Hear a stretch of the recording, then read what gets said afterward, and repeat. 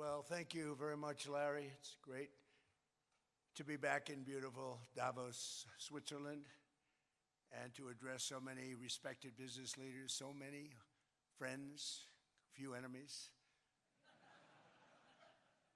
and all of the distinguished guests. It's a who's who, I will say that. I've come to this year's World Economic Forum with truly phenomenal news from America. Yesterday marked the one-year anniversary of my inauguration, and today, after 12 months back in the White House, our economy is booming, growth is exploding, productivity is surging, investment is soaring, incomes are rising, inflation has been defeated, our previously open and dangerous border is closed and virtually impenetrable. And the United States is in the midst of the fastest and most dramatic economic turnaround in our country's history. Under the Biden administration, America was plagued by the nightmare of stagflation, meaning low growth and high inflation, a recipe for misery, failure, and decline. But now, after just 1 year of my policies, we are witnessing the exact opposite: virtually no inflation and extraordinarily high economic growth. Growth like I believe you'll see very shortly our country has never seen before, perhaps no country has ever seen before. Over the past 3 months, core inflation has been just 1.6%. Meanwhile, fourth quarter growth is projected to be 5.4%, far greater than anybody other than myself and a few others had predicted.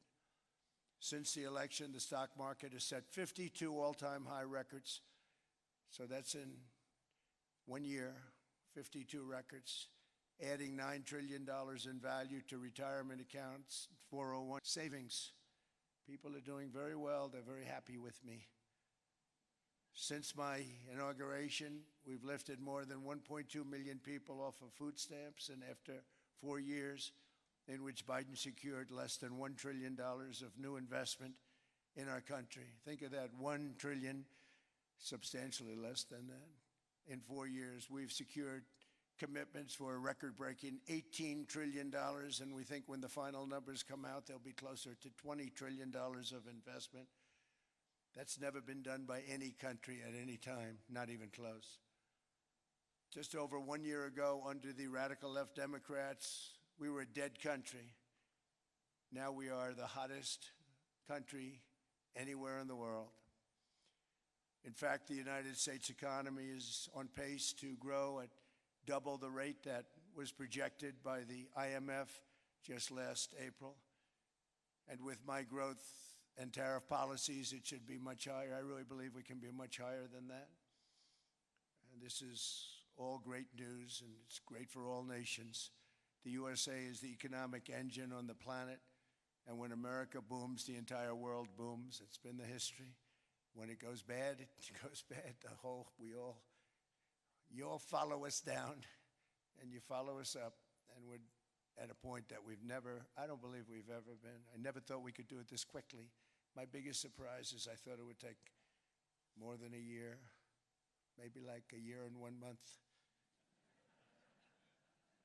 It's happened very quickly. This afternoon, I want to discuss how we have achieved this economic miracle, how we intend to raise living standards for our citizens to levels never seen before, and perhaps how you too and the places where you come from can do much better by following what we're doing, because certain places in Europe are not even recognizable, frankly, anymore. They're not recognizable.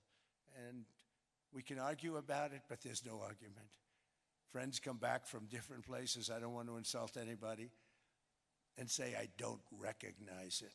And that's not in a positive way. That's in a very negative way. And I love Europe, and I want to see Europe go good, but it's not heading in the right direction.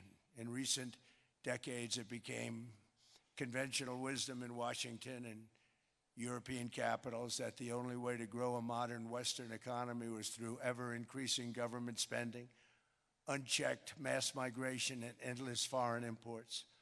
The consensus was that so-called dirty jobs and heavy industry should be sent elsewhere, that affordable energy should be replaced by the Green New Scam, and that countries could be propped up by importing new and entirely different populations from faraway lands. This was the path that Sleepy Joe Biden administration and many other Western governments very foolishly followed, turning their backs on everything that makes nations rich and powerful and strong. And there's so much potential in so many nations. The result was record budget and trade deficits and a growing sovereign deficit driven by the largest wave of mass migration in human history. We've never seen anything like it. Quite frankly, many parts of our world are being destroyed before our very eyes, and the leaders don't even understand what's happening. And the ones that do understand aren't doing anything about it. Virtually all of the so-called experts predicted my plans to end this failed model would trigger a global recession and runaway inflation. But we have proven them wrong. It's actually just the opposite. In 1 year, our agenda has produced a transformation like America has not seen in over 100 years. Instead of closing down energy plants, we're opening them up. Instead of building ineffective, money-losing windmills, we're taking them down and not approving any. Instead of empowering bureaucrats, we're firing them, and they're going out and getting jobs in the private sector for 2 and 3 times what they were making in government. So they started off hating me when we fired them, and now they love me. Instead of raising taxes on domestic producers, we're lowering them and raising tariffs on foreign nations to pay for the damage that they've caused. In 12 months, we have removed over 270,000 bureaucrats from the federal payrolls, the largest single-year reduction in government employment since the end of World War II. Nobody thought that was coming, but we had no choice. To make a country great, you can't have all federal jobs. We've cut federal spending by $100 billion and slashed the federal budget deficit by 27% in the single year. It's going to go down quite a bit more from that, driving inflation way down from the record highs of the Biden administration. Every month, they went up and up and up. I promised to cut 10 old regulations for every single new regulation. But instead, I've cut, actually, till this point, 129 regulations for every 1 new regulation approved. So every time they come in with a new regulation, we do at least 10, but so far it's averaging out to 129, if you can believe it. In July, we passed the largest tax cuts in American history, including no tax on tips, no tax on overtime, no tax on Social Security for our great seniors.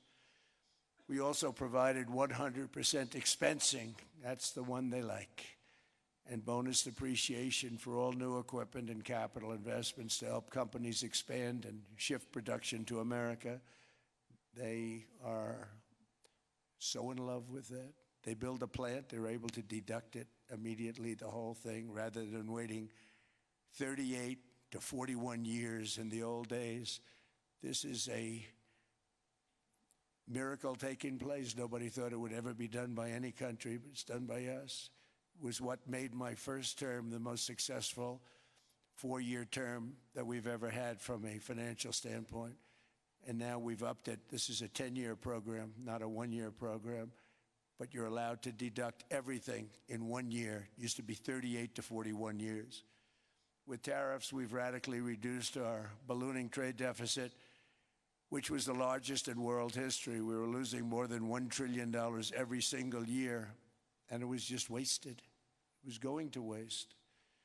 But in 1 year, I slashed our monthly trade deficit by a staggering 77%, and all of this with no inflation, something everyone said could not be done. There were a couple of brilliant people that actually thought I was doing the right thing. I thought I was doing the right thing.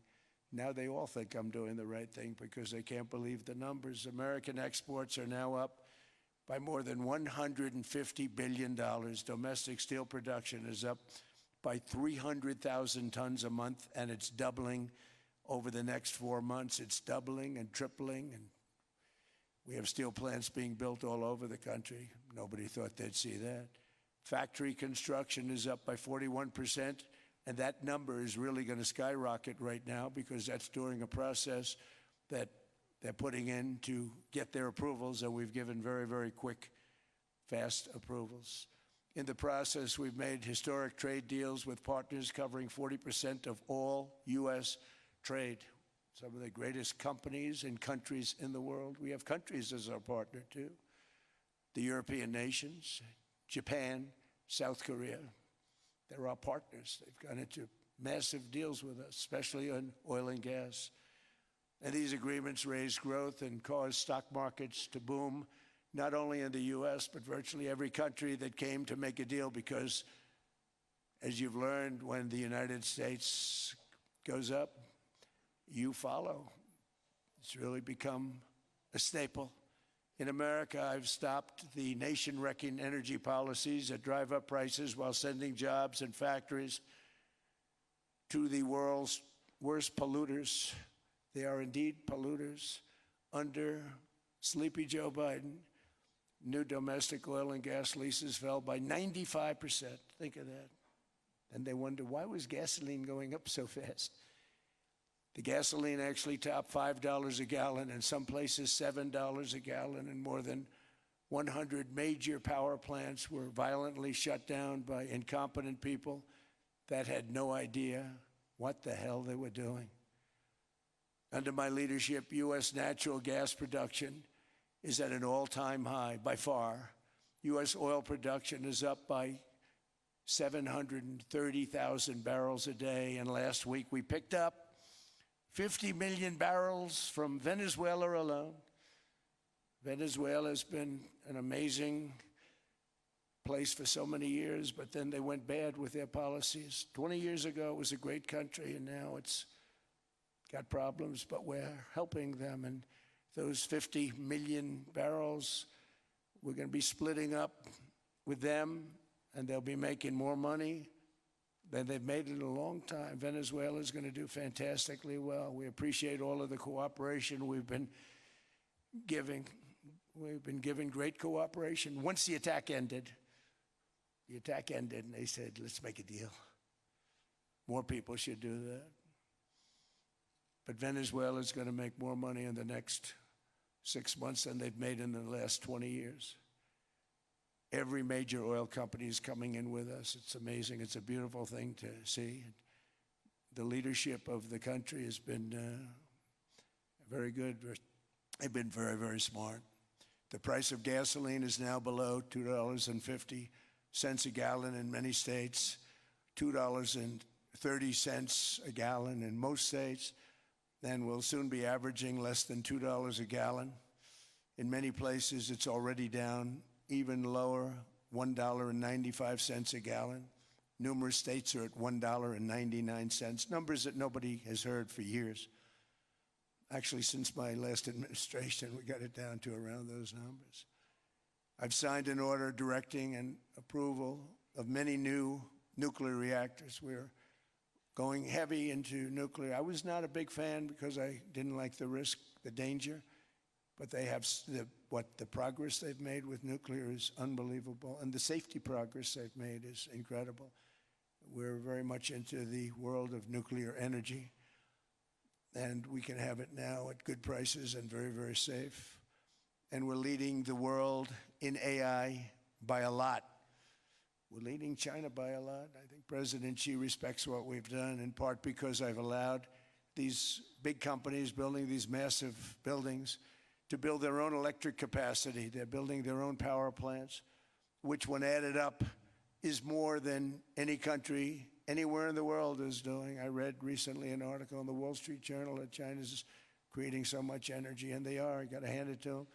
But we're creating as much or more, and we're letting them do that. I'm very proud of it. It was my idea. I said, you can't create this much energy. We needed more than double the energy currently in the country just to take care of the AI plants. And I said, we can't do that. We have an old grid system. And I came up with the idea, you know, you people are brilliant, you have a lot of money.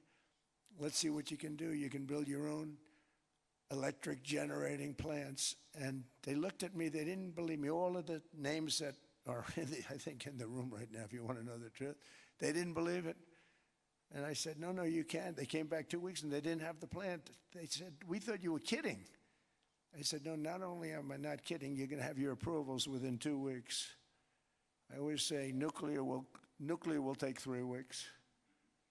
But most aren't going that. They're going oil and gas. They're even going coal in some cases. Because of my landslide election victory, the United States avoided the catastrophic energy collapse which befell every European nation that pursued the Green New Scam, perhaps the greatest hoax in history. The Green New Scam, windmills all over the place, destroy your land, destroy your land. Every time that goes around, you lose $1,000. You're supposed to make money with energy, not lose money. Here in Europe, we've seen the fate that the radical left tried to impose on America. They tried very hard. Germany now generates 22% less electricity than it did in 2017. And it's not the current chancellor's fault. He's solving the problem. He's going to do a great job. But what they did before he got there, I guess that's why he got there. And electricity prices are 64% higher. The United Kingdom produces just 1/3 of the total energy from all sources that it did in 1999. Think of that, 1/3. And they're sitting on top of the North Sea, one of the greatest reserves anywhere in the world, but they don't use it. And that's one reason why their energy has reached catastrophically low levels with equally high prices. High prices, very low levels. Think of that, 1/3. And you're sitting on top of the North Sea. And they like to say, well, you know, that's depleted. It's not depleted. It's got 500 years. They haven't even found the oil. The North Sea is incredible. They don't let anybody drill. Environmentally, they don't let them drill. They make it impossible for the oil companies to go. They take 92% of the revenues. So the oil companies say, we can't do it. They came to see me. Is there anything you can do? I want Europe to do great. I want UK to do great. Sitting on one of the greatest energy sources in the world, and they don't use it. In fact, their electricity prices have soared 139%. There are windmills all over Europe. There are windmills all over the place, and they are losers. One thing I've noticed is that the more windmills a country has, the more money that country loses and the worse that country is doing. China makes almost all of the windmills, and yet I haven't been able to find any wind farms in China. Did you ever think of that? It's a good way of looking at it. They're smart. China's very smart. They make them, they sell them for a fortune. They sell them to the stupid people that buy them, but they don't use them themselves. They put up a couple of big wind farms, but they don't use them. They just put them up to show people what they could look like. They don't spin. They don't do anything. They use a thing called coal, mostly. But China goes with the coal. They go with oil and gas. They're starting to look at nuclear a little bit. And they're doing just fine. They make a fortune selling the windmills, though. And I think really that's one that they wouldn't be surprised if it stopped. They are shocked that it continues to go. They're very friendly with me. They're shocked that people continue to buy those damn things. They killed the birds. They ruin your landscapes. Other than that, I think they're fabulous, by the way. Stupid people buy them. The consequences of such destructive policies have been stark, including lower economic growth, lower standards of living, lower birth rates, more socially disruptive migration, more vulnerability to hostile foreign adversaries, and much, much smaller militaries. The United States cares greatly about the people of Europe. We really do. I mean, look, I am derived from Europe. Scotland and Germany, 100% Scotland, my mother, 100% German, my father. And we believe deeply in the bonds we share with Europe. as a civilization. I want to see it do great. That's why issues like energy, trade, immigration, and economic growth must be central concerns to anyone who wants to see a strong and united West, because Europe and those countries have to do their thing. They have to get out of the culture that they've created over the last 10 years. It's horrible what they're doing to themselves. They're destroying themselves. These beautiful, beautiful places. We want strong allies, not seriously weakened ones. We want Europe to be strong. Ultimately, these are matters of national security, and perhaps no current issue makes the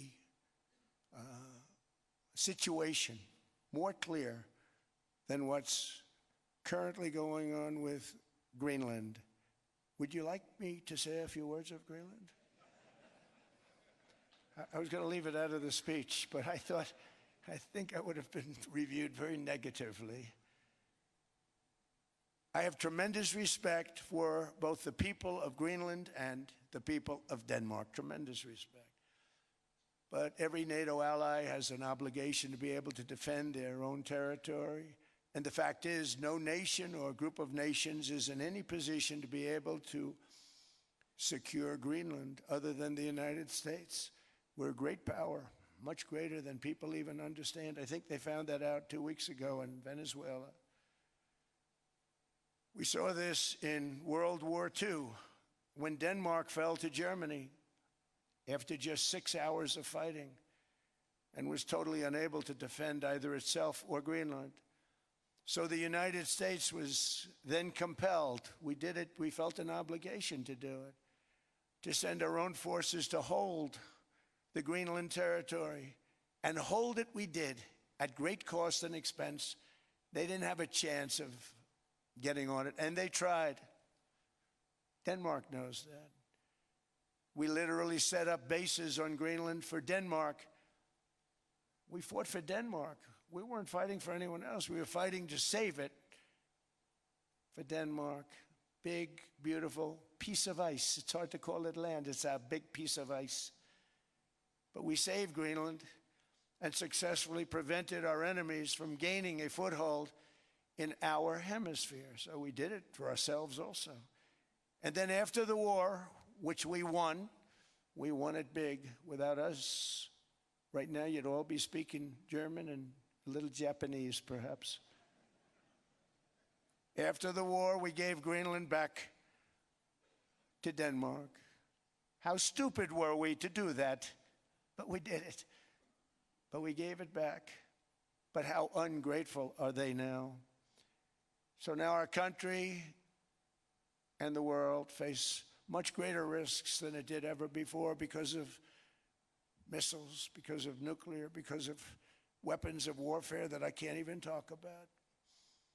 2 weeks ago, they saw weapons that nobody ever heard of. They weren't able to fire one shot at us. They said, what happened? Everything was discombobulated. They said, we've got them in our sights. Press the trigger, and nothing happened. No anti-aircraft missiles went up. There was one that went up about 30 feet and crashed down right next to the people that sent it. They said, what the hell is going on? Those defensive systems were made by Russia and by China. So they're going to go back to the drawing boards, I guess. Greenland is a vast, almost entirely uninhabited and undeveloped territory that's sitting undefended in a key strategic location between the United States, Russia, and China. That's exactly where it is, right smack in the middle. Wasn't important nearly when we gave it back. You know, when we gave it back, it wasn't the same as it is now. It's not important for any other reason, you know. Everyone talks about the minerals. There's so many places. There's no rare earth. No such thing as rare earth. There's rare processing.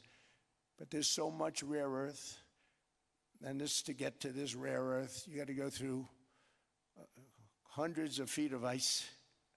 That's not the reason we need it. We need it for strategic national security and international security. This enormous unsecured island is actually part of North America, on the northern frontier of the Western Hemisphere. That's our territory. It is therefore a core national security interest of the United States of America. And in fact, it's been our policy for hundreds of years to prevent outside threats from entering our hemisphere, and we've done it very successfully. We've never been stronger than we are now. That's why American presidents have sought to purchase Greenland for nearly 2 centuries. You know, for 2 centuries they've been trying to do it. They should have kept it after World War II, but they had a different president. That's all right. People think differently. Much more necessary now than it was at that time, however. In 2019, Denmark said that they would spend over $200 million to strengthen Greenland's defenses. But as you know, they spent less than 1% of that amount. 1%. There's no sign of Denmark there. And I say that with great respect for Denmark, whose people I love, whose leaders are very good. It's the United States alone that can protect this giant mass of land, this giant piece of ice, develop it and improve it and make it so that it's good for Europe and safe for Europe and good for us. And that's the reason I'm seeking immediate negotiations to once again discuss the acquisition of Greenland by the United States, just as we have acquired many other territories throughout our history, as many of the European nations have. They've acquired. There's nothing wrong with it. Many of them, some went in reverse, actually, if you look. Some had great, vast wealth, great, vast lands all over the world. They went in reverse. They're stuck back where they started. That happens too. But some grow.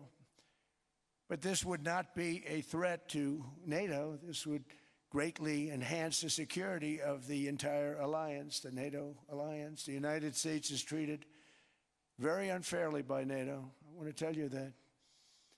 And when you think about it, nobody can dispute it. We give so much and we get so little in return. And I've been a critic of NATO for many years. And yet I've done more to help NATO than any other president by far, than any other person. You wouldn't have NATO if I didn't get involved in my first term. The war with Ukraine is an example.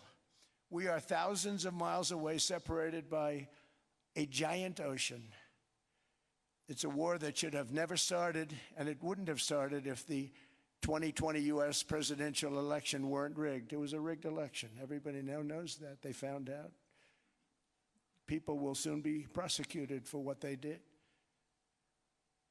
It's probably breaking news, but it should be. It was a rigged election. You can't have rigged elections.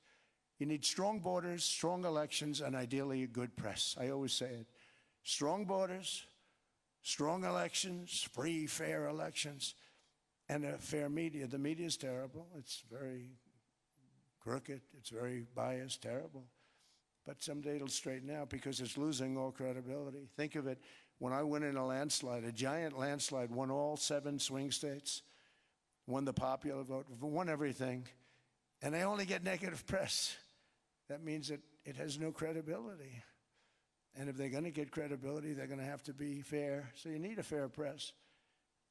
But you also need those other elements. And I inherited a terrible, terrible situation. If you look, the border was open. The inflation was raging. Everything was bad with the United States when I came into office. But I also inherited a mess with Ukraine and Russia, something that would have never happened. And I know Putin very well. He and I would discuss Ukraine. It was the apple of his eye, but he wasn't going to do anything. I said, Vladimir, you're not doing it. He would never have done it. It was terrible what happened. I could see it happening, too. After I left, I could see it happening. Biden had given Ukraine and NATO $350 billion, a staggering sum, $350 billion. I came in, and just like the southern border, just like inflation, just like our economy, I said, wow, this place is in trouble, meaning our country. All of these things were out of control. But the border was out of control. We fixed it with the strongest border anywhere in the world. And I've now been working on this war for 1 year, during which time I settled 8 other wars. India, Pakistan. I settled other wars that were Vladimir Putin called me, Armenia, Azerbaijan, He said, I can't believe you settled that one. They were going on for 35 years. I settled it in one day. And President Putin called me. He said, you know, I can't believe I've worked on that war for 10 years trying to settle it. I couldn't do it. I said, do me a favor, focus on settling your war. Don't worry about that one. What does the United States get out of all of this work, all of this money, other than death, destruction, and massive amounts of cash going to people who don't appreciate what we do? They don't appreciate what we do. I'm talking about NATO, I'm talking about Europe. They have to work on Ukraine. We don't. The United States is very far away. We have a big, beautiful ocean separating us. We have nothing to do with it. Until I came along, NATO was only supposed to pay 2% of GDP. But they weren't paying, most of the countries weren't paying anything. The United States was paying for virtually 100% of NATO. And I got that stopped. I said, that's not fair. But then, more importantly, I got NATO to pay 5%, and now they were paying, and now they are paying. So something nobody said was possible. They said, we will never go up higher than 2%. But they went to 5%, and now they're paying the 5%. They didn't pay the 2%, and now they're paying the 5%. And they're stronger for it, and they have an excellent, by the way, Secretary General, who's possibly in the room. Mark, are you here? Yes, he's here. Hello, Mark. We never asked for anything, and we never got anything. We probably won't get anything unless I decide to use excessive strength and force where we would be, frankly, unstoppable. But I won't do that. Okay? Now everyone's saying, oh, good.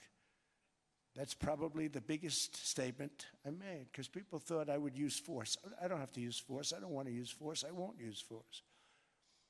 All the United States is asking for is a place called Greenland, where we already had it as a trustee, but respectfully returned it back to Denmark not long ago after we defeated the Germans, the Japanese, the Italians, and others in World War II. We gave it back to them.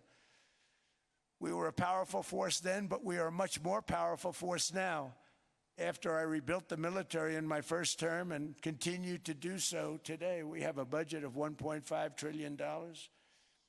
We're bringing back battleships. The battleship is 100 times more powerful than the great battleships you saw in World War II, those great, big, gorgeous ships, the Missouri, the Iowa, the Alabama. Because I thought maybe we could take them out of mothballs. They said, no, sir, these ships are 100, think of that, 100 times more powerful than those big, magnificent pieces of art that you saw so many times ago, that you still see on television. You say, wow, what a force. 100 times, each ship 100 times more powerful than the big battleships of the past.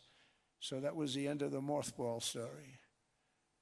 So what we have gotten out of NATO is nothing except to protect Europe from the Soviet Union and now Russia. I mean, we've helped them for so many years. We've never gotten anything, except we pay for NATO. And we paid for many years until I came along. We paid for, in my opinion, 100% of NATO because they weren't paying their bills. And all we're asking for is to get Greenland, including right title and ownership, because you need the ownership to defend it. You can't defend it on a lease. Number one, legally it's not defensible that way, totally. And number two, psychologically, who the hell wants to defend a license agreement or a lease, which is a large piece of ice in the middle of the ocean where if there is a war, much of the action will take place on that piece of ice. Think of it. Those missiles would be flying right over the center of that piece of ice. All we want from Denmark for national and international security and to keep our very energetic and dangerous potential enemies at bay is this land on which we're going to build the greatest golden dome ever built. We're building a golden dome that's going to, just by its very nature, going to be defending Canada. Canada gets a lot of freebies from us, by the way. They should be grateful also, but they're not. I watched your Prime Minister yesterday. He wasn't so grateful. But they should be grateful to us. Canada lives because of the United States. Remember that, Mark, the next time you make your statements. What we did for Israel was amazing, but that's nothing compared to what we have planned for the United States, Canada, and the rest of the world. We are going to build a dome like no other. We did it for Israel. And by the way, I told Bibi, stop taking credit for the dome. That's our technology. That's our stuff. But they had a lot of courage, and they were good fighters, and they did a good job, and we wiped out the Iran nuclear threat like nobody can believe. Nobody's ever seen anything like it. That, Venezuela, taking down Soleimani, wiping out al-Baghdadi when he tried to reinstitute ISIS. We did a lot. I did a lot of big things, all perfectly executed. Everyone was perfectly executed. Somebody told me that, a military expert told me, "Sir, everything you've done has been perfectly executed." I said, "I know." So other presidents have spent, whether foolishly or not, trillions and trillions of dollars on NATO and gotten absolutely nothing in return. We've never asked for anything. It's always a one-way street. Now they want us to help them with Ukraine. And we say, we're going to. I'm really helping, not even them. I want to see, last week, if you saw, it was 10,000 soldiers, but last month it was 31,000 soldiers died. 31,000. That's this room times, the number of people in this room times 30. Think of it. 30,000 soldiers died in 1 month. The month before it was 27,000. The month before that it was 28,000. The month before that it was 25,000. It's a bloodbath over there. And that's what I want to stop. It doesn't help the United States, but these are souls. These are young people. Look like you, look like some of you right in the front row. They go to war. Their parents are so proud. Oh, there he goes, comes back. 2 weeks later, they get a call, your son's head's been blown off. I want to stop it. It's a horrible war. It's the worst since World War II. They keep going, they'll exceed World War II. The numbers are staggering, how many people they've lost. They don't want to talk about it. Ukraine and Russia lost just tremendous amounts. And I'm dealing with President Putin, and he wants to make a deal, I believe. I'm dealing with President Zelensky, and I think he wants to make a deal. I'm meeting him today. He might be in the audience right now. But they got to get that war stopped because too many people are dying, needlessly dying. Too many souls are being lost. It's the only reason I'm interested in doing it. But in doing it, I'm helping Europe, I'm helping NATO, and I've until the last few days when I told them about Iceland, they loved me. They called me daddy, right, last time. A very smart man said, he's our daddy. He's running it. I was like running it. I went from running it to being a terrible human being. But now what I'm asking for is a piece of ice, cold and poorly located, that can play a vital role in world peace and world protection. It's a very small ask compared to what we have given them for many, many decades. But the problem with NATO is that we'll be there for them 100%. But I'm not sure that they'd be there for us. If we gave them the call, gentlemen, we are being attacked. We're under attack by such and such a nation. I know them all very well. I'm not sure that they'd be there. I know we'd be there for them. I don't know that they'd be there for us. So with all of the money we expend, with all of the blood, sweat, and tears, I don't know that they'd be there for us. They're not there for us on Iceland, that I can tell you. I mean, our stock market took the first dip yesterday because of Iceland. So Iceland's already cost us a lot of money. But that dip is peanuts compared to what it's gone up. And we have an unbelievable future in that stock. That stock market is going to be doubled. We're going to hit 50,000, and that stock market's going to double in a relatively short period of time because of everything that's happening. But this is a good example. After giving NATO and European nations trillions and trillions of dollars in defense, they buy our weapons. We make the greatest weapons in the world, but now we're going to make them faster, much faster. You saw that. I put a cap on the salaries, and I put no buybacks, no stock buybacks, no various other things that they were doing. I mean, they were making $50 million, but it would take them 3 years to give you a Patriot missile. I said, that's not good. My chauffeur can do a better job than that, and he makes slightly less than 50. They make big salaries. If they're going to make those big salaries, they're going to have to produce a lot faster. The good news is we have the greatest equipment in the world. Now we're going to start making it a lot faster. They're going to build additional plants. And all of the money that goes into stock buybacks is going to go into building plants. We're not allowing stock buybacks by defense companies any longer. They're going to build new plants to make Tomahawks, Patriots. We have the best equipment, F-35s, F-47, the new one just coming out. They say it's the most devastating plane, fighter jet ever. Who knows? They called it 47. If I don't like it, I'm going to take the 47 off it. I wonder why they called it 47. We'll have to think about that. But if I don't like it, I'm going to take that 47 off. But it's supposed to be the Stage 6. It's supposed to be the first Stage 6 plane, undetectable, like our B-2 bombers were undetectable. They flew right over Iran. They were undetectable. And they did their job, and they got the hell out of there. So we want a piece of ice for world protection, and they won't give it. We've never asked for anything else, and we could have kept that piece of land, and we didn't. So they have a choice. You can say yes, and we will be very appreciative, or you can say no, and we will remember. A strong and secure America means a strong NATO, and that's one reason why I'm working every day to ensure our military is very powerful, our borders are very strong, and above all, our economy is strong because national security requires economic security and economic prosperity, and we have the greatest that we've ever had.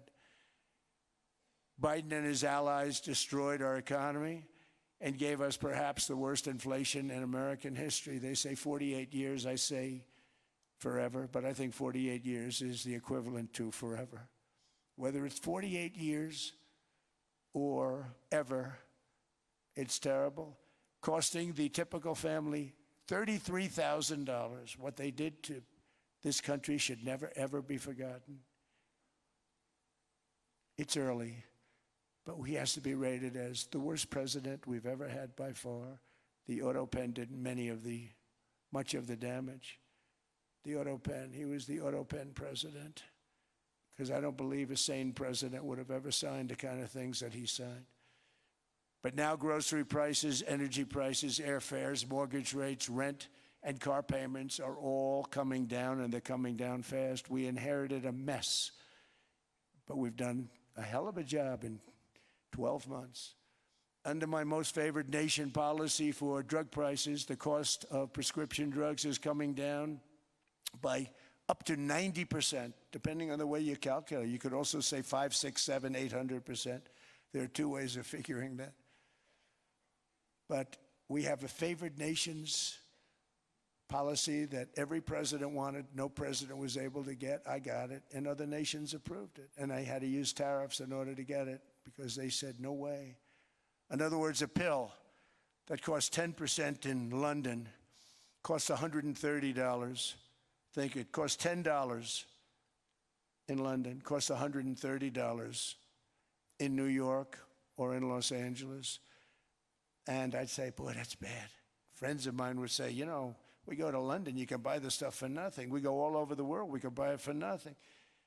Because basically America was subsidizing every nation in the world because presidents allowed them to get away with it. It became very tough. So when I called up Emmanuel Macron, I watched him yesterday with those beautiful sunglasses. What the hell happened? But I watched him sort of be tough. But he was at $10 for a pill. And I said, Emmanuel, and I have all the big pharmaceutical companies are in total agreement. It wasn't easy, by the way. They're tough, smart. They've been getting away with the scam for a long time. But they gave it up. But they said, you'll never get the countries to approve it. I said, why is that? Because they won't. They always said, we're not paying any more. Get the rest for the United States. So over the years, they stayed the same. We just went up, up, up. And I mean, we would pay 13, 14, 15 times more than certain countries would. So I said, no, they'll approve it 100%. Sir, you'll never get them to approve it. I said, I guarantee you. But I actually started with Emmanuel, who probably is in the room too. And I like him. I actually like him. Hard to believe, isn't it? And I said, Emmanuel, you're going to have to lift the price of that pill to $20, maybe $30. Think of that. That means it's a doubling of prescription drugs. Might be a tripling, might be a quadrupling. It's not easy. No, no, no, Donald, I will not do that. I said, yes, you will, 100%. He said, no, no, no. You're asking me to double.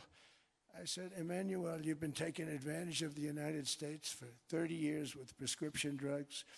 You really should do it, and you will do it. I have no doubt. In fact, I am 100% sure you're going to. No, no, no, I will not do it. Because he has to, in all fairness to him, he has to double or triple. Because the world being a bigger place than the United States, it's not that you meet in the middle. You just have to go up some, and we come down a lot. They go up a little, we come down a lot. So we're at $130, they're at 10. So they may have to go to 20 or 30. No more than that. I said, Emmanuel, you're going to be doubling or tripling?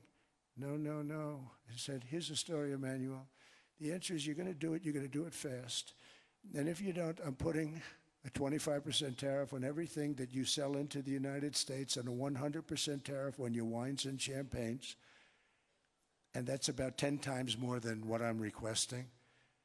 And you're going to do it. I don't want to go public with it, but you may make me do that. No, no, Donald, I will do it.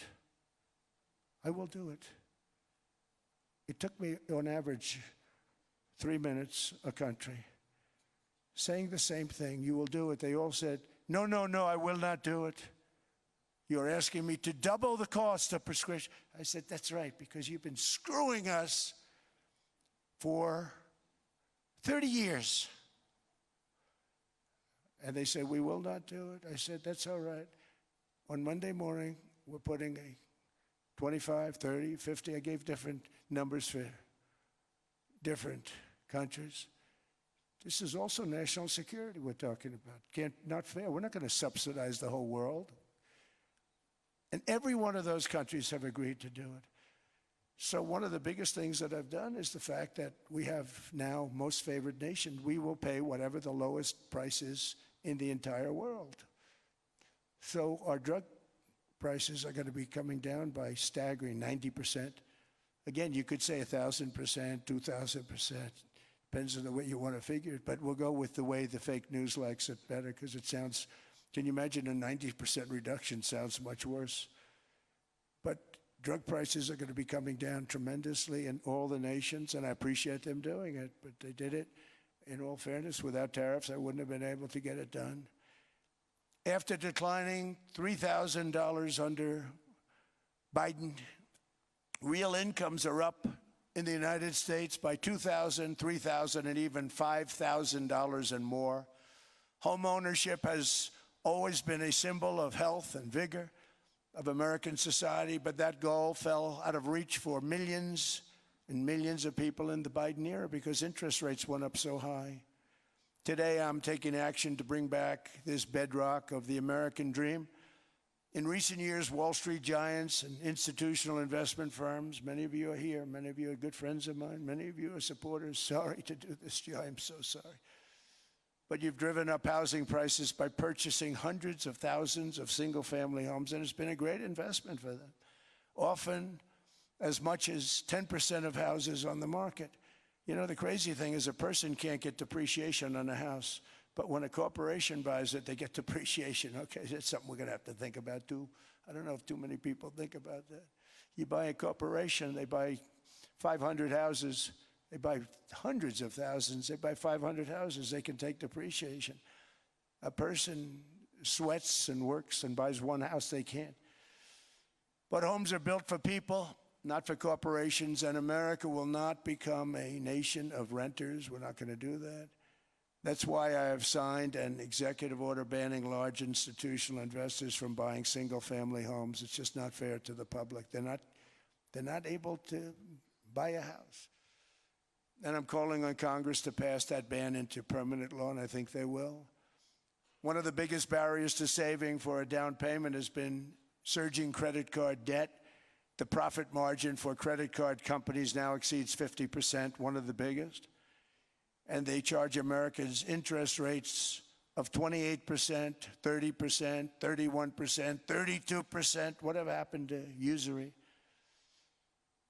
So to help our citizens recover from the Biden disaster, all caused by this just horrible president, I'm asking Congress to cap credit card interest rates at 10% for 1 year. And this will help millions of Americans save for a home. They have no idea they're paying 28%. They go out there a little late in their payment and they end up losing their house. It's terrible.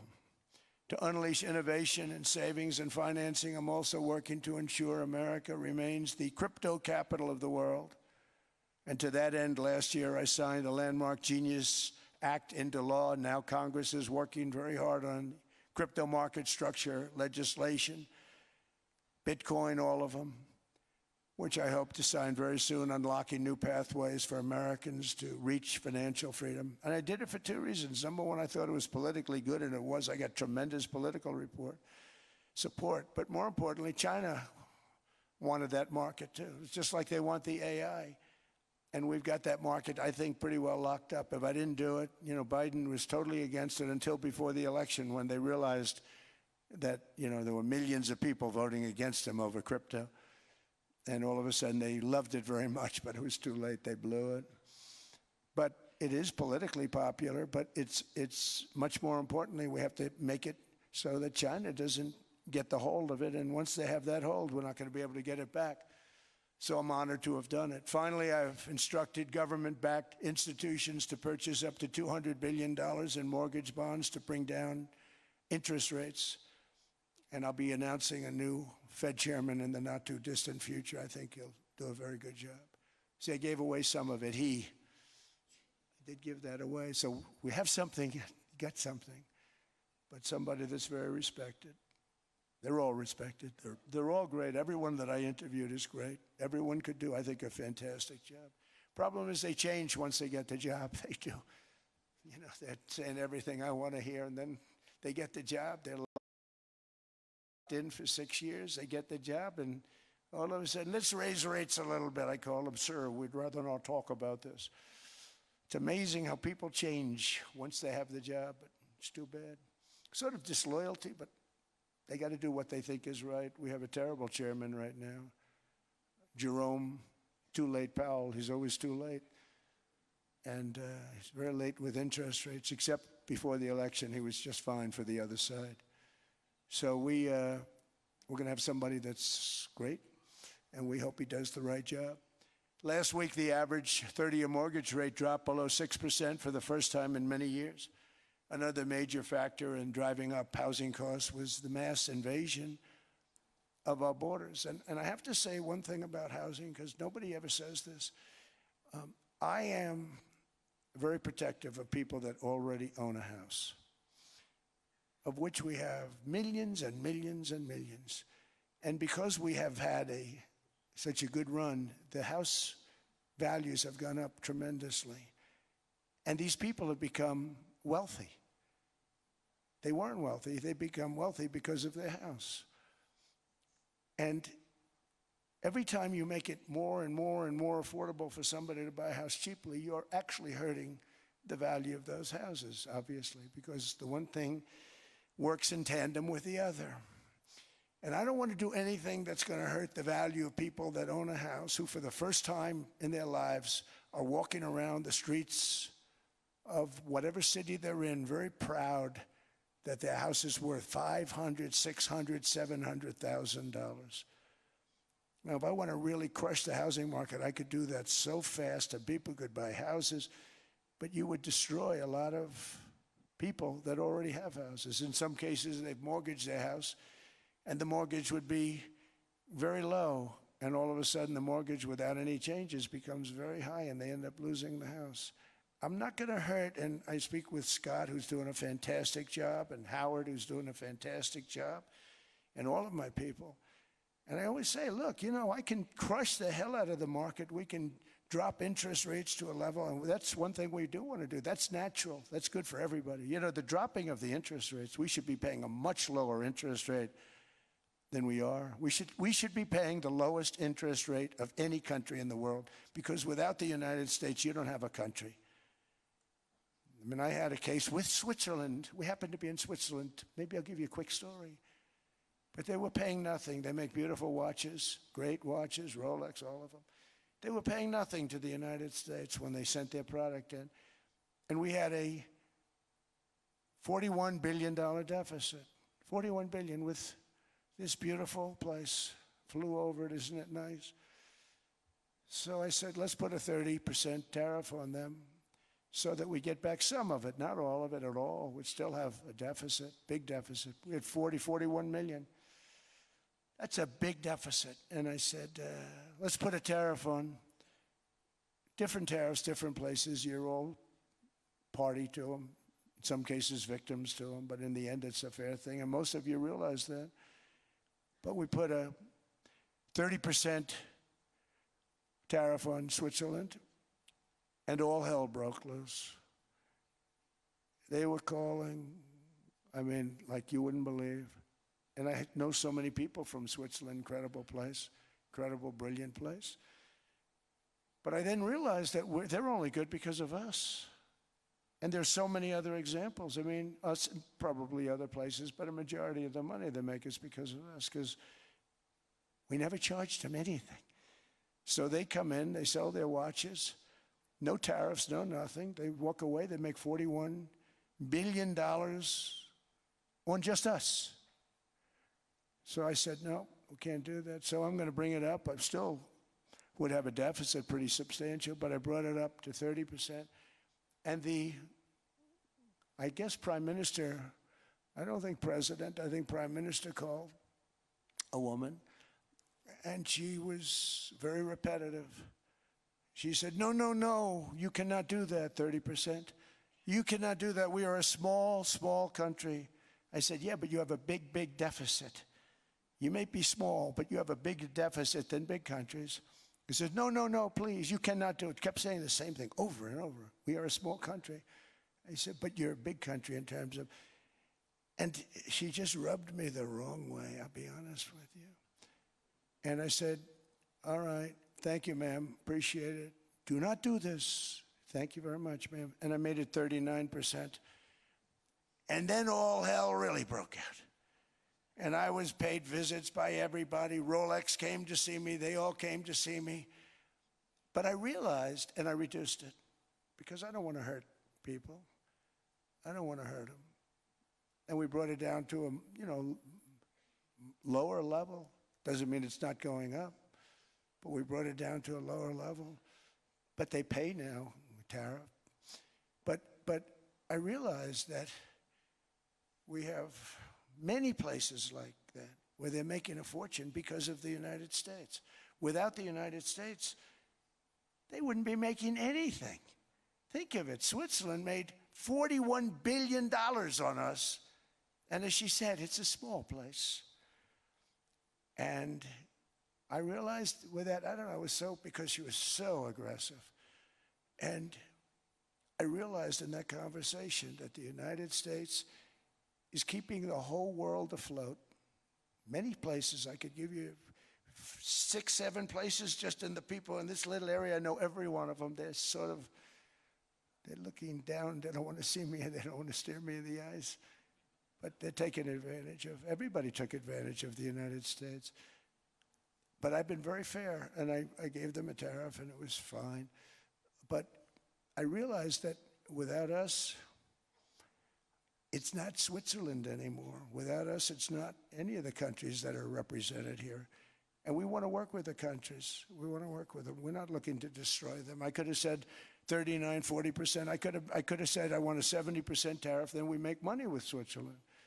But Switzerland would have been probably destroyed, financially destroyed. I don't want to do that. But we should be paying the lowest interest rate of everybody. I hope Scott's listening to this, because we should be paying the lowest interest rate of everybody. Without us, most of the countries don't even work.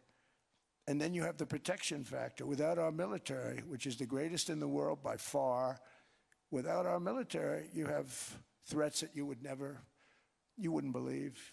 You wouldn't believe. You don't have threats because of us, and that's because of NATO. One other thing, and I have to say it so importantly, in the old days, and I used to say I'm the youngest in the room. Now I'm among the older. I hate to say it. I don't feel old, but I'm among the older. But I remember not long ago, 20, 25 years ago, when good news came out about, let's say, the United States. The United States had a great quarter. The United States had a great month. All the stocks went up. And that's the way it's supposed to be. Now when they say the United States had a record quarter, it's unbelievable how well it's doing, all the stocks crash because they say, oh no, inflation, they're going to raise interest rates. And they do. Some of these stupid people like Powell, they raise interest rates. And what they do is they stop you from being successful. It used to be when we had a great quarter, a great month, great earnings, great anything, any good news, the stock market went up. That's the way it's going to be. We got to do that again, because that's the way it should be. Now when we have a great month, they want to kill it. Like we did over 5%. People were surprised. We should do 20%. We could do 25%. When we announce good numbers, and the reason is they're so petrified of inflation. And growth doesn't mean inflation. We've had tremendous growth with very low inflation. In fact, growth can fight inflation, proper growth. So we want to get back to the days when we announce great numbers, because we're going to be announcing phenomenal. You know, all these factories that are being built at record, thousands of businesses are being built right now. Remember, $18 trillion is invested. I think the second number is 3, and that was China many years ago. Investments in the country from outside. 18 trillion, nobody's ever seen. And that's money coming in and building things, factories. Thousands of businesses are being built, thousands. Hundreds of big factories, car plants are moving back to the United States. They're coming in from Canada, they're coming in from Mexico, from Japan. Japan's coming in and building plants here in order to avoid tariffs. They're coming in from China, they're coming in from all over the world. We have more plants being built now, car plants, than we've ever had built, even in the heyday from the 1940s and 50s. And they're bigger. They don't use renovations anymore where they take an old plant, they rip it down, they build a brand new plant, super modern plant. But it's happening at levels that nobody's ever seen. In 2024, the U.S. built less than 2 million new homes, but Biden admitted more than 8 million new migrants. And those days are over. In 2025, for the first time in 50 years, the United States had reverse migration. Boy, that was nice. And these were criminals that were being taken out of our country because they allowed people to come into our country from jails, from gangs, drug dealers, murderers. 11,888 murderers. We've gotten most of them out. And then ICE gets beat up by stupid people from leadership in Minnesota. We actually are helping Minnesota so much, but they don't appreciate it. Most places do. You know, Washington, D.C. is the safest place now in the United States. It was a very dangerous place to walk, and now you can walk with your wife, your kids, right through the middle of the city. Right now, Washington, D.C. is as safe as it gets. It was one of the most unsafe, I had to admit. We sent in the military, the National Guard. Within 2 months, it was great. Within 3 months, it's like a really great place and a safe place and a beautiful place. It's even been cleaned up. The graffiti's gone. The fences are gone. We don't have to worry about fences anymore. All of the places, the grasses are cut. and replaced with new grass in many cases. It's all going to happen in the spring. But Washington and D.C. is beautiful again, and it's safe. New restaurants are opening up. They were all closing. Now you can't get into a restaurant. Restaurants in Washington, D.C. are all opening. Memphis also, Memphis, Tennessee, New Orleans, Louisiana. We were there for 3 weeks.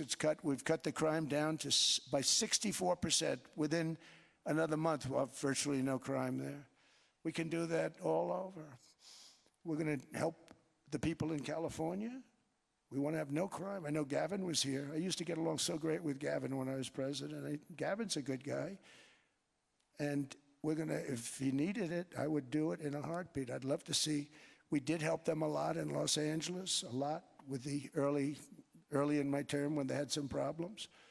But we would love to do it. I will say this, if I were a Democrat governor or whatever, I would call up Trump. I'd say, come on in, make us look good. Because we're cutting crime down to nothing. And we're taking people out, career criminals, who are only going to do bad things, and we're bringing them back to their countries. But where we've done it, it's been amazing. And we have a capacity to do it at much greater levels. We're cutting illegal aliens off welfare and other government benefits, and I have directed that starting immediately, there will be no more payments to sanctuary cities because they are really just sanctuaries for criminals. They're really protecting criminals, and those are the ones we have to get out of the country. Murderers, drug dealers, the mentally insane. They emptied their mental institutions into the United States. And despite that, we have the lowest crime numbers that we've ever had in the history of the country. Just came out. But equally importantly, we're cracking down on more than $19 billion in fraud that was stolen by Somalian bandits. Can you believe that Somalian? They turned out to be higher IQ than we thought. I always say these are low IQ people. How did they go into Minnesota and steal all that money? And we have, they're pirates. They're good pirates, right? But we shoot them out of the water just like we shoot the drug boats out. They're not pirating too many boats lately, do you notice? When they go out into those boats, they want to take over a $1.5 billion tanker loaded up with oil, and they say, we're going to blow up your boat. They have powerful weapons. You hit the side of the boat, you blow the whole thing up. The insurance companies are petrified, so they say, just give them the boat. We'll give them money instead. And I don't do that. We blow them right the hell out of the water. We see them going out, we blow them out of the water. We don't have any pirates so much anymore. If we do, they won't be there long. We've cut down with the hitting of the boats that are loaded up with drugs, including submarines. Can you believe they actually buy small? They call them mini subs, very fast. They're meant for drugs. We've knocked out 2 of them. The Democrats say they were fishing. You have ruined somebody's fishing weekend, I would say. A submarine is not a fishing boat. You don't fish. But we've knocked down drugs by water, the oceans, the sea, by 97.2%. Think of that. And I actually say, who the hell are the 3%? Because I would not want to be piloting one of those boats. We knocked them down, and now we're going to start on land. We're going to knock it all out. The land is the easy part. What we did on sea is incredible, and that's our great military. The situation in Minnesota reminds us that the West cannot mass import foreign cultures which have failed to ever build a successful society of their own. I mean, we're taking people from Somalia, and Somalia is a failed, it's not a nation. Got no government, got no police, got no military, got no nothing. And then we have this fake congressperson who they just reported is worth $30 million. You believe this? Ilhan Omar, talking about the Constitution provides me. She comes from a country that's not a country. And she's telling us how to run America. Not going to get away with it much longer, let me tell you. The explosion of prosperity and conclusion and progress that built the West did not come from our tax codes. It ultimately came from our very special culture. This is the precious inheritance that America and Europe have in common. We share it. We share it, but we have to keep it strong. We have to become stronger, more successful, and more prosperous than ever. We have to defend that culture and rediscover the spirit that lifted the West from the depths of the Dark Ages to the pinnacle of human achievement. We live in an incredible, changing period. It's an unbelievable time, but we have to take advantage of the time that we're in. In our hands are technologies that our ancestors could scarcely have. I mean, they couldn't have even dreamt some of the things that we see today. And so rapidly they're produced. I mean, AI, 2 years ago, nobody ever heard of the term, and now everybody's talking about it. And it can have some very good purpose. It could also have some dangerous purpose, and for that we have to watch out. But some tremendous things are happening because of it. And we're leading by so much. We're doing so well. But opportunities that are bigger and grander than ever before in human history are right before us.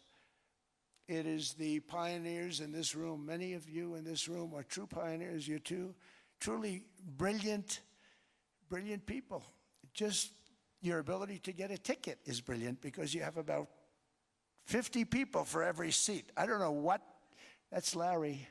Everything Larry touches turns to gold. He made this very successful. But you're in this room, and some of you are the greatest leaders anywhere in the world. You're the greatest brains anywhere in the world. And the future is unlimited, and to a large part because of you, and we have to protect you, and we have to cherish you. I always say we have to cherish our brilliant people because there aren't many of them. So together with confidence, boldness, and persistence, let us lift up our people, grow our economies, defend our shared destiny, and build a future for our citizens that is more ambitious, more exciting, more inspiring, and greater than the world has ever seen. We're in a position to do things that nobody else has ever even thought of before. And many of the people in this room are the ones that are doing it, and I want to congratulate you, and I'm with you all the way. You can do things that nobody else can even think about. So I congratulate you on your tremendous success, and the United States is back, bigger, stronger, better than ever before, and I'll see you around. Thank you all very much. Thank you very much.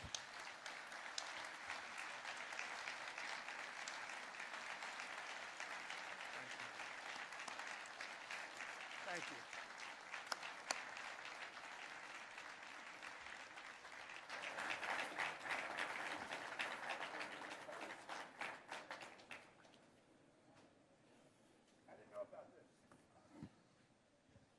This was supposed to be a nice fire chat, Mr. President. Yes, good. You I got set up. I did know. You made the job for the moderator really easy. Thank you, Mr. President, for your speech. I do have a few follow-up questions, if it's okay. Sure. I don't think I should start with Greenland, maybe. I'll start with the economy. The U.S. economy is doing really, really well. But how to sustain this growth moving forward? Because there's always a recession looming around the corner. Well, you know, the one thing about economies and recessions is sometimes you get hit unexpectedly and there's nothing you can do about it. All brilliant people, but there's nothing. One example was COVID. We had an economy going at levels like nobody had ever seen my first 2.5, 3 years. And then I heard the word pandemic, not COVID. They came up with that name over a period of time. We won't get into that. But I heard the word pandemic. And I had a poll come out that was so strong just prior to that, and I was with the two best pollsters, McLaughlin and Fabrizio, and they said, sir, George Washington and Abraham Lincoln, if they came back and ran as president and vice president, they couldn't beat you. And then what happened is the following day, I was told to stay tuned because there's something really bad happening in China. There are bodies laying all over Wuhan, right around that certain building that we talk about. I always said it came from Wuhan. It did come from Wuhan. And they were body bags. We saw it by satellite. And they said, there are strange things happening in China. And so it began. And we ended up with the COVID, and the whole world suffered. We did a phenomenal job. I don't think we got the credit we deserved. We did something that Operation Warp Speed, which some people say was one of the greatest military feats ever. We did a great job. Used our military, used a lot of people. But sometimes you get hit with things, nothing you can do. You get hit with things like that unexpectedly. and we got through it. And when I left, the stock market was higher than it was previous to the COVID coming up. And I called it a great achievement. But things happen, bad things happen. The things that we can stop are wars if we're smart. That we can stop. Those are a matter of being intelligent and having intelligent people on the other side. Because wars are the worst of all. Wars are worse than anything. But we can stop wars because that's sort of up to us. But things like dust flying in the air, wherever COVID comes from or whatever comes, sometimes you have to be a little bit lucky. But we are poised to have an economy like no other, not only in this country, but anywhere. And you know, when you hear the kind of numbers that, I can tell you that Scott Bessent was with me the other day, and he's looking at numbers. He said, I can't. And that's all he's done his whole life, pretty much your whole life. Scott, you weren't going to be a football player, I don't think. Scott was not that great at football, but he was always good at numbers, right? And he was looking at numbers. He said, I've never seen anything like this. We're poised to do things that no other country has ever done. And, you know, luck, I hate to say it, but we need a little luck. We don't want to get hit by something that nobody could have thought. Whoever thought we were going to hit by a pandemic? You know, when I heard the word pandemic, I said, oh, that's an ancient problem. World War I, they lost 100 million people. It actually ended World War I. A lot of people don't know. The Spanish flu in World War I ended the war because all the soldiers were sick. The soldiers were so sick on both sides, and that war was raging, and they were all dying from the Spanish flu. They were sick as dogs. They couldn't fight. So, you know, you don't know how that would have turned out. But so we do, I mean, subject to that, and I always have to put a caveat in for it, but we're poised to have the greatest growth of any large country, I think any country that there's been. When you look at what's happening in the United States, it's really amazing. Thank you. One thing that maybe keeps you up at night, I know you don't sleep that much anyway, Mr. President, is the debt. The U.S. debt is high, is now the biggest expenditure on your budget. How to get out of that impasse? Well, the big thing is growth. I mean, growth is the way. If we grow like this, we go from having a $37 trillion. We go from having high debt to low debt. But we also are cutting expenses, you know, the old-fashioned way. We have extraordinary growth. I think we're going to be growing our way out. I think we're going to be paying off debt. We're taking in tremendous money from tariffs fairly. And again, I'm using them judiciously. You know, Switzerland's a case study. I could have gotten much more. I could have asked for much more. But we're using them judiciously. But I think growth, most importantly, and then cutting costs. Now, if you take a look at Minnesota, $19 billion in fraud and other things. People going to airports, they came into the country, they don't have 10 cents, and they're leaving with hundreds of thousands of cash in their bags. When we get to that, and our DOJ, Pam, and Todd, and all the people that work over there, and all of the people that work in here, I can tell you, Scott Bessent is working on that. It's a priority, right? You have your whole team. We're in there looking for where this money is coming from, how much it is. It could be more than $19 billion. Can you believe that? That's just one state. If we were able to cut out 50% of the fraud, 50%, and we should be able to do better than that, we would have a balanced budget without having to talk about even growth. So we have a lot of options, but we're working very hard on that. That's a big deal. It's not just the protests, the fake protests done by agitators and, you know, professional insurrectionists. That's what they are. They're professional troublemakers. But we are looking very strong at the money too in Minnesota and other places. I think, Mr. President, also the $500 billion invested in artificial intelligence and the frontier technologies last year also were driving growth exponentially in the U.S. Well, AI has been a big factor. AI is massive. I mean, Mark Zuckerberg showed me a plant where he put it over a map of Manhattan, and it was basically the size of Manhattan. This is not, I said, you got to be kidding.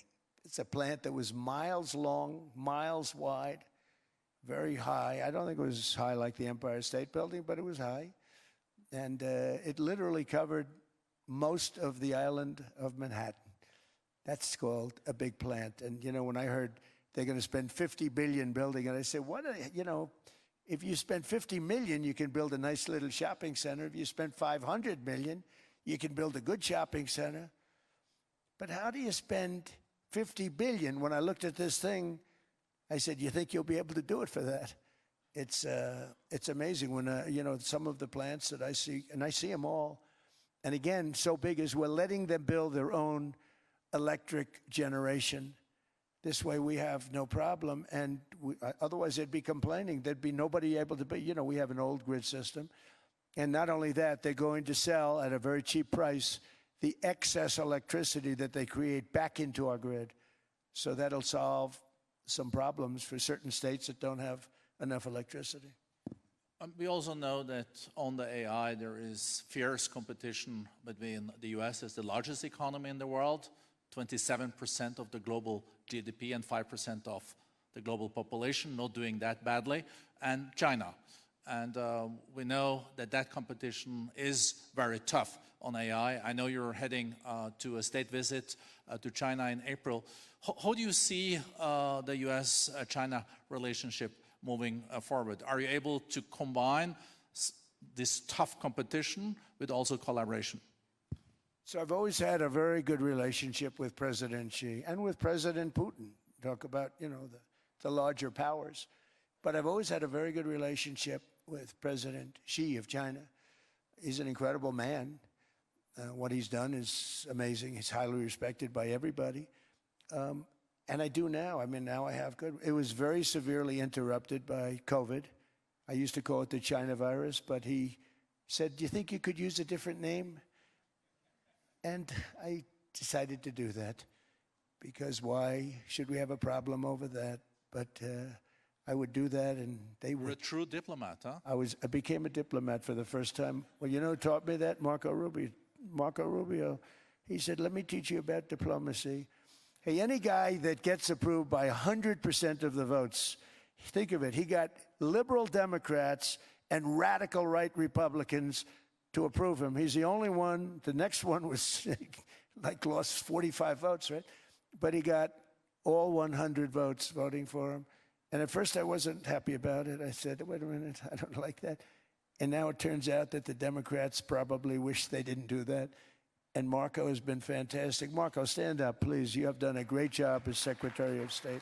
He's going to go down as the best Secretary of State. And Scott, and we have Susie, who's the first female Chief of Staff, and she's the best Chief of Staff, too. And I see Howard Lutnick, who I know spoke, and Howard's fantastic. Some of the deals we're doing are great. And I want to pay particular attention because we have Chris. And Chris, you got up and spoke, I think. He's the #1 oil man in the world because I was going to put Doug Burgum, who's fantastic. I don't know if Doug's here. Is Doug here? Doug Burgum is fantastic. He said, sir, there's one man better than me. And he introduced me to Chris. And he turns out to be. So we're drilling more oil and gas now than we ever have by almost double. Is that right, Chris? And on top of it, we got a lot coming out of Venezuela. So anyway, so we're doing great. The country is just doing great. We have great people. Thank you. And I see other people. We have Steve Witkoff. We have Jared. I got so many people. I'm in trouble because when I go back, they're going to be people with long faces. Sir, you didn't introduce me. I got so many people. And we have a lot of the greatest people anywhere in the world. I know them all. So I won't continue because we'd be here all day. Thank you, Mr. President. We also know that you're a deal maker, and then maybe coming back to Greenland and Ukraine. What kind of deal in the end do you see between the U.S. And Denmark? Well, because, you know, I guess you see it now as a negotiation going on, or? Well, it's costing Denmark hundreds of millions a year to run it. And Denmark's a small country and wonderful people. But, you know, it's very expensive. It's a very big piece of ice. And it's very important. I mean, I don't want to repeat the speech, but it's very important that we use that for national and international security. That can create a power that will make it impossible for the bad guys to do anything against the perceived good ones. And it's a great block for Europe. Just like, you know, Denmark was supposed to spend hundreds of millions of dollars. They didn't spend the money. They didn't spend anything almost. And we'll see what happens. I just say this. NATO has treated the United States of America very unfairly. We never asked for anything. We never got anything. We actually took care of the needs of NATO for years and years, which I felt was always unfair. So I got NATO to pay because they're rich countries. But I think it's time that NATO step up. We're helping them with Ukraine. Without us, I think Putin would have gone all the way. I think we have it. I think that could have been a World War III, if you want to know the truth. If Kamala was elected, or Joe, any one of those, you know, those thinkers, I think you could have ended up in World War III. And I will say Steve Witkoff has been dealing incredibly with, but we're not going to have World War III. We want to get it stopped, but we're not going to have World War III. I think if I wasn't elected, I think that could have evolved into World War III. It was a very, very bad situation. And it still is, but it's not that kind of bad. It's bad because so many young people are being killed. How close do you think there is on an agreement on Ukraine? I had the pleasure of speaking with Steve Witkoff and Jared Kushner yesterday. I know they're working hard on it. I know that they're also traveling now. Do you see this very close or still? Well, I hate to say it. I thought that was going to be, so I settled 8 wars plus. And I thought that was going to be one of my easier ones. Not the easiest. Some I settled in a matter of hours because I'm good at that stuff. You know, the United Nations should be doing this. I shouldn't be doing it, but it doesn't matter. It's got to get done, saving a lot of lives. We're saving millions of lives. With Ukraine, Russia, there's tremendous hatred between President Zelensky and President Putin. That's not good. That's not good for settlements. We know from dealing. There's abnormal hatred. With that being said, I think Russia wants to make a deal. I think Ukraine wants to make a deal. And we're going to try getting a deal done. We're getting, I think, Steve, I think I can say that we're reasonably close. What happens is oftentimes we'll have a deal with Russia. Russia's set, and President Zelensky will not do it. You saw that when he was in the Oval Office. I was not happy. And then we'll have President Zelensky wants to make a deal, and Putin doesn't want to make the deal.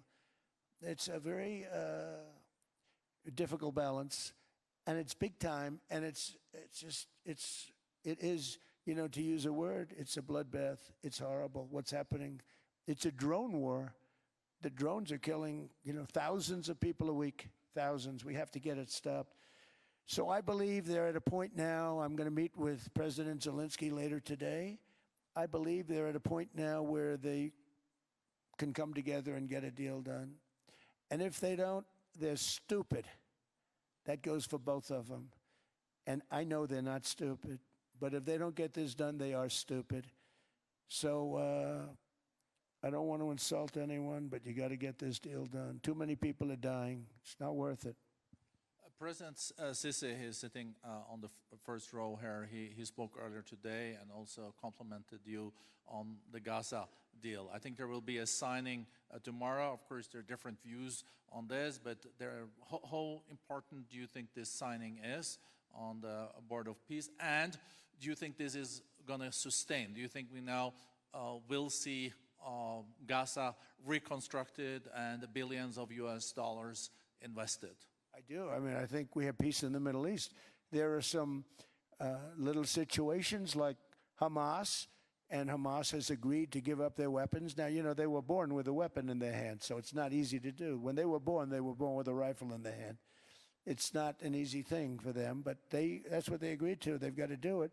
And we're going to know, Jared, over the next 2 or 3 days, certainly over the next 3 weeks, whether or not they're going to do it. If they don't do it, they'll be blown away very quickly. They'll be blown away. You know, we have 59 countries that are part of that whole peace deal. And some of those countries aren't even they're near the Middle East, but they're not in the Middle East traditionally.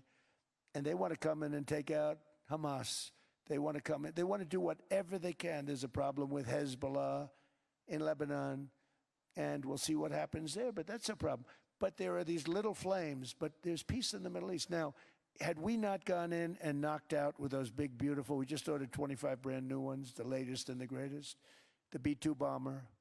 Think of them, they went in there at 2 o'clock in the morning with no moon, no light, no nothing, and every single one of those massive bombs hit its target, 100,000-pound bombs hit its target, every one of them. And then on top of it, from a submarine 300 miles away, we hit the sites with Tomahawks, which is an unbelievable weapon. So, you know, we did our job. If we didn't do that, you would have never had peace in the Middle East. And the countries like Saudi Arabia, UAE, and Qatar could never have, and others could never have signed anything because you would have had this dark cloud, and the dark cloud was Iran with nuclear. Iran would, if we didn't take them out, they would have had a nuclear weapon within 2 months. They were very close to having the nuclear weapon, and we hit them hard. And it was a total obliteration. If they may try again, but they're going to have to try from a different area because that area was obliterated. Incredible thing we did. And because we did that, we were able to make peace. If we didn't do that, I would say, Jared and Steve, if we didn't do that, there was no chance of making peace because the countries I just named and other countries could have never signed off. They were afraid. They were afraid. We had a bully. The bully was Iran, the bully of the Middle East. They used to call it for years. They were the bully of the Middle East. They're not the bully of the Middle East anymore. Mr. President, I know you even had to change a plane last night, so I guess you didn't have much sleep, but I think you're... But your energy is still there. I know you have several bilateral meetings. I know you're also hosting a reception. So thank you so much for coming back to Davos. Thank you so much. It's highly appreciated. Well, thank you very much. Thank you, everybody, very much.